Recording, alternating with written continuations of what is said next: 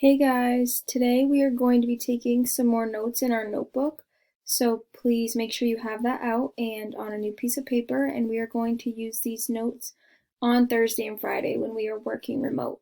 So first things first, put the date at the top left hand corner. It is 1/25/2021. Unless you're cohort A, then it is the 26th, and title this Multiplying Decimals. Now, this is a review from last year, and I just want to remind you guys of the rules.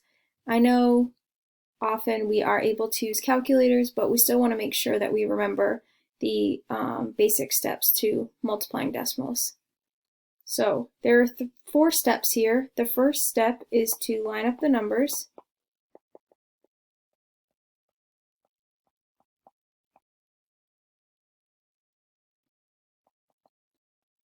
And ignore the decimals here, because we're going to go through just regular multiplication, how we would normally multiply numbers, and then worry about the decimals at the end. Step 2 is to multiply.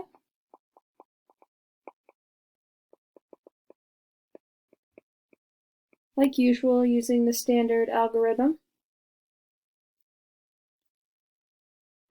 Step 3, once you multiply, you are going to count the amount of digits to the right of the decimal point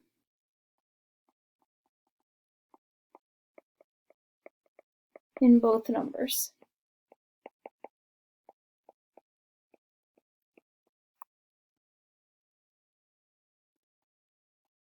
And then lastly,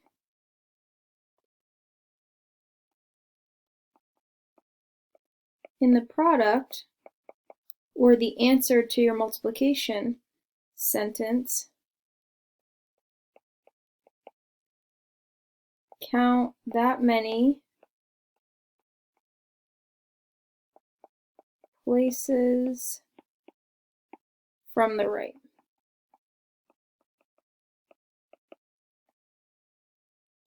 So using the number that you get in step 3, you will count over your answer into your answer in the right.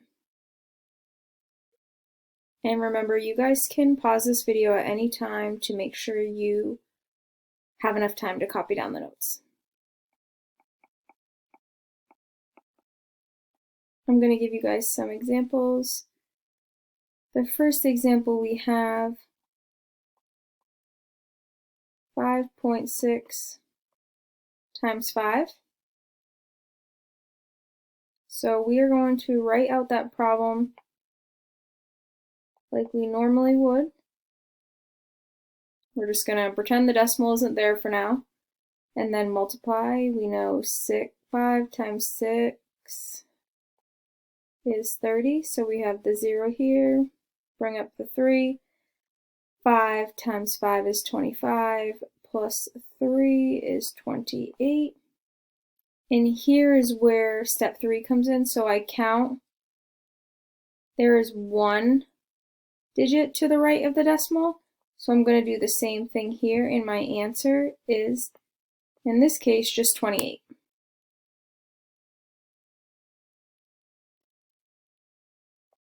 Second example, let's say I have 7.2 times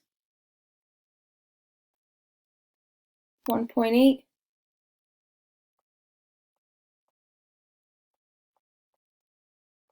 I'm going to set up my multiplication problem like I normally would and go ahead and multiply. I know 8 times 2 is 16. Put the 6 down, bring that 1 up there. 8 times 7 is 56, plus 1 is 57. Now, since I'm multiplying by this next place value, I have to put my 0 here as a placeholder, and then I do 1 times 2 is 2, and 1 times 7 is 7. Now I add, we have 6, 9, and 12. Now I'm going to use a second color here to show you. I now have to look at 1, 2. I have to look at both numbers here, so I count over 1, 2, and my answer is 12 and 96/100ths.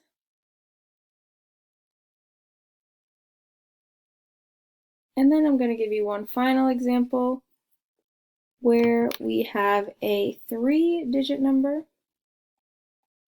So let's say I have 7.8 times 13.2.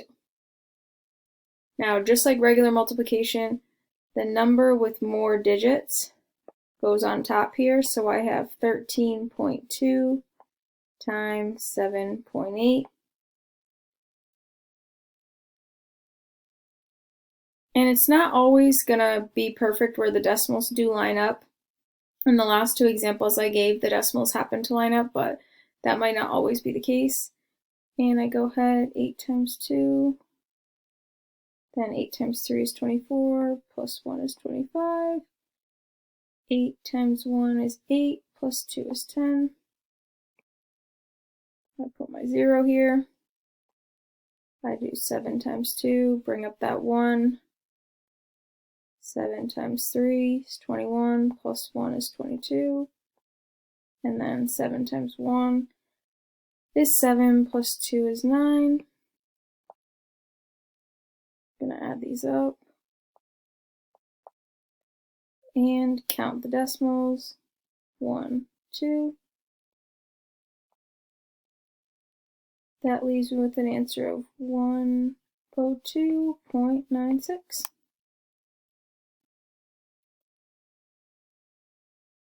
So make sure you have these copied down in your notebooks, and I will be checking them when you guys come back to school this week.